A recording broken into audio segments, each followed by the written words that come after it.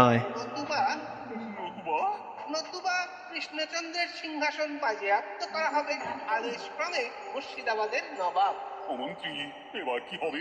কি আর হবে, সাবধানে থাকুন, নইলে আপনার গদি উল্টবে। এবার থেকে সব সময় চোখ কান খোলা রাখবি, বুঝলি? এ রাখবো, কিন্তু নবাব যদি সত্যি রাজামশাইকে বোকা বানিয়ে দেয়? সিংহাসন থেকে নামিয়ে দে। অত সহজ?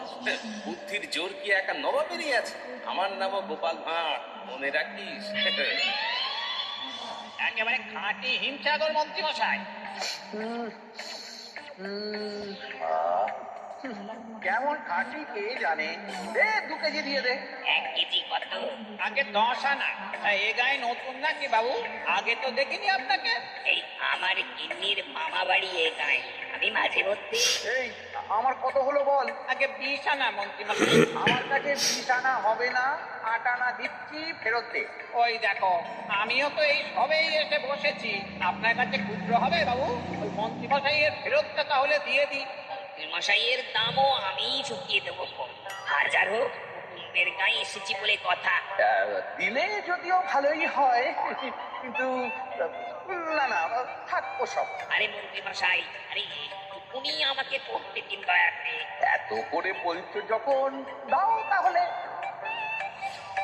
আমি এখন আসি, হ্যাঁ, পরে দেখা হবে ক্ষণ।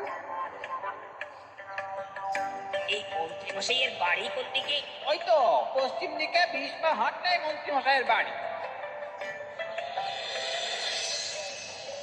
মন্ত্রী মশাই, বাড়ি আছে নাকি? মন্ত্রী মশাই, ও মন্ত্রী মশাই। এ কি, তুমি এখানে আমের দাম নিতে এসেছো নাকি এই অবেলায়? দাম নিতে না, আম দিতে এলাম। এই যে কাঁচা আম।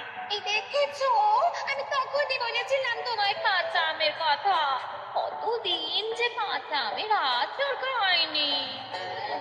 সেই জন্যই তো আনা গিনিমা। এই নি, এই নি, এই ঘরে নিয়ে যান। এই কি অত দেখছো ভাই? দেখছি এই যে কত বড় মানুষ আপনি, আর এত ছোট বাড়ি। উপায় কি বলো? ক টাকাই বা বেতন আমার যে বড় ঘরে থাকবো? আমার কাছে একটা ভালো প্রাসাদের খোঁজ আছে মন্ত্রী মশাই, একদম জলের দাম। এই এ বলো তো, প্রথমে আম, এখন প্রাসাদ। এ তুমি কোত্থেকে আসছো? আমি রাজপুত, ওই যে বললুম কুটুম বাড়ি এসেছি, আর নিজের বাড়ি ওই কুন্দপুরে। বড় বড় যেসব প্রাসাদ তৈরি হয়, সেই সব প্রাসাদের নকশা তৈরি করি আমি। বাবা, ঠিক